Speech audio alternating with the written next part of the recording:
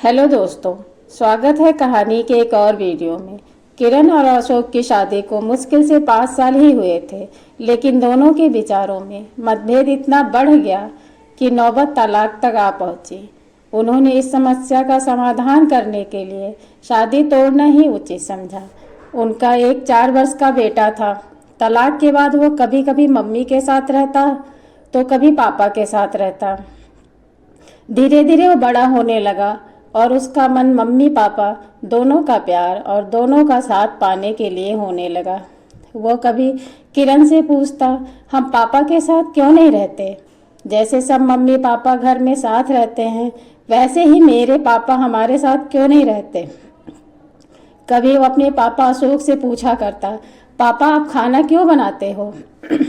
सबके घर मम्मी खाना बनाती हैं, हमारे घर पर क्यों नहीं? उसके दिल को छू लेने वाले प्रश्नों को सुनकर दोनों निशब्द रह जाते। उत्तर भी क्या देते। दोनों के बीच दूरियां इतनी बढ़ गई थी कि उसे खत्म करना अब नामुमकिन ही था। उदित का जन्मदिन निकट आ रहा था। तलाक के बाद उदित बारी बारी से दोनों के साथ अपना जन्मदिन मनाता था, कभी अशोक के पास तो कभी किरण के पास। इस तरीके से जीवन चल रहा था। उदित हमेशा भगवान से यही मांगता था कि काश उसके मम्मी पापा भी एक साथ मिलकर उसके साथ रहें। एक दिन किरण उदित को मॉल लेकर आ गई और उसके आकर्षक उपहार दिखाए।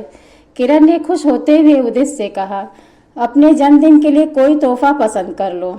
लेकिन उदित के चेहरे पर इतने महंगे महंगे उपहार देखकर भी मुस्कान नहीं आ सकी। अब किरण ने खींचते हुए कहा, आखिर तुम्हें क्या चाहिए?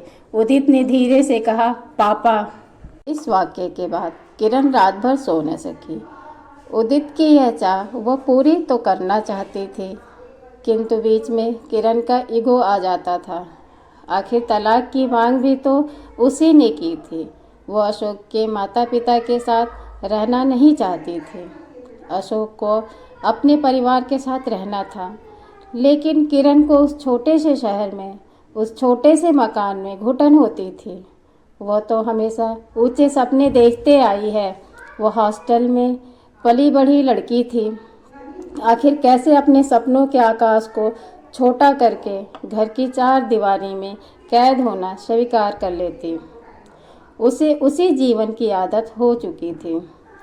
आखिर कैसे वह अशोक के माता पिता और बाकी सारी गृहस्थ जीवन की जिम्मेदारियों के साथ रहना स्वीकार कर ले?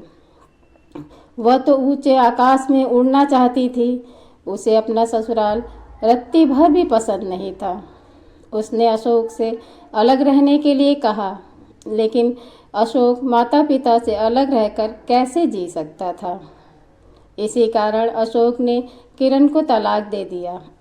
किरण के अहम का प्रश्न था और इसी युगों में उसने अशोक को धमकी दे डाली, या तो तुम अपने माता पिता के साथ रहो या मेरे साथ। यदि तुम माता पिता के साथ रहोगे तो मैं हरगिज़ तुम्हारे साथ नहीं रहूँगी।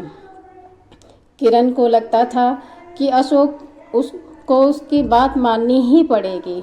तलाक तो वह उसे देगा नहीं, लेकिन बस इसी कश्मकश में उसका और अशोक का तलाक हो गया। कभी कभी जीवन का यह अकेलापन किरण को बहुत खलता था। उसका भी मन करता कि एक ऐसा घर होता जहाँ बूढ़े और छायादार वृक्ष भी होते। यदि घने वृक्षों का साया ना मिले तो फूलों को मुरझाते देर नहीं लगती है। तलाक के बाद किरण उसी शहर में नए फ्लैट में रहने लगी थी। वह एक निजी कंपनी में कार्यरत थी। उसे सैलरी भी अच्छी मिलती थी, लेकिन इन सब सुख सुविधाओं के बीच कहीं कोई कमी सी थी। वह कमी अशोक के न होने से था। आज भी उसके मन में कभी कभी एक कसक सी उठती। यदि वह अपने अहंकार के चलते अशोक से तलाक नहीं लेती तो उसका कितना सुंदर परिवार होता। एक छोटा सा घर जिसमें उदित, अशोक और उसके माता पिता। उसे उदित की कस्टडी तो मिल गई थी, लेकिन वह उदित को एक घर नहीं दे पाई, नहीं दादा दादी का साथ। पूरी रात इसी असमंजस में व्यतीत हो गई। फिर अगले दिन किरण ने एक महत्वपूर्ण निर्णय लिया। वह उदित को लेकर अपने ससुराल जा पहुंची। उसने अशोक की माँ के चरण स्पर्श किए और पिताजी को नमन किया। अशोक की माँ किरण को देखकर आश्चर्य से भर गई। किरण ने रोते हुए कहा, माँ मुझे माफ़ कर दो, मैं आप सबके साथ रहना चाहती हूँ। मैं जानती हूँ कि मैंने जो किया वो वापस ठीक तो नहीं हो सकता, लेकिन अपने पोते के खातिर आप अशोक से बात कर लीजिए, हम सब साथ रहेंगे। उदित दादा दादी से लिपट गया। दादाजी उसे पार्क घुमाने ले गए। वहाँ उन्होंने ढेर सारी बातें की। उदित रात को दादी के पास सोया। देर रात को जब ऑफिस से अशोक घर आया तो किरण को घर में देखकर उसे बहुत आश्चर्य हुआ। आज भी किरण के लिए उसके मन में प्रेम था, लेकिन किरण की जिद के सामने उसका प्रेम हार गया था। वह चुपचाप अपने कमरे की ओर बढ़ने लगा तो माँ ने आवाज़ दी, बेटा हाथ धोकर आ जाओ, हम सब खाने पर तुम्हारा वेट कर रहे हैं। सभी ने एक खुशनुमा माहौल में खाना खाया। फिर रात को अशोक के घर के सामने बने लॉन में टहलने के लिए चला गया। वह किरण के मन की बात अभी समझ ही नहीं सका था। उसने सोचा, हो सकता है एक दिन के लिए उदित के कहने पर यहाँ आई हो, कल चली जाएगी। लेकिन तभी किरण ने पीछे से जाकर धीरे से उसके हाथ को पकड़ते हुए कहा, अशोक, क्या फिर मेरे साथ जीवन के रास्तों पर चलना स्वीकार करोगे? क्या हम दोनों मिलकर जिंदगी का यह लंबा सफ़र तय नहीं कर सकते? अब मुझसे और अकेले नहीं चला जाता। मैं माँ बाबूजी के साथ यहीं इसी घर में रहूँगी। तुमसे अलग होकर ही मुझे इस बात का एहसास हुआ, मेरे जीवन में तुम्हारी उपस्थिति का क्या मूल्य था।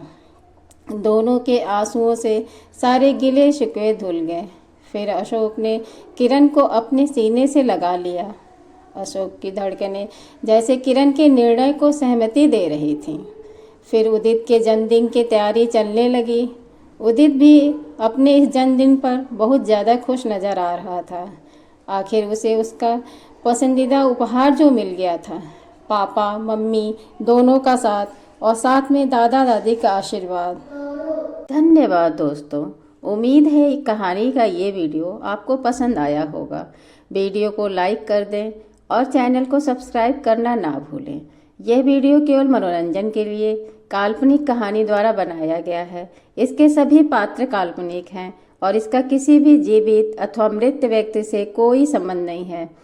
अगर किसी कहानी इससे मिलती है तो बस एक संयोग मात्र है।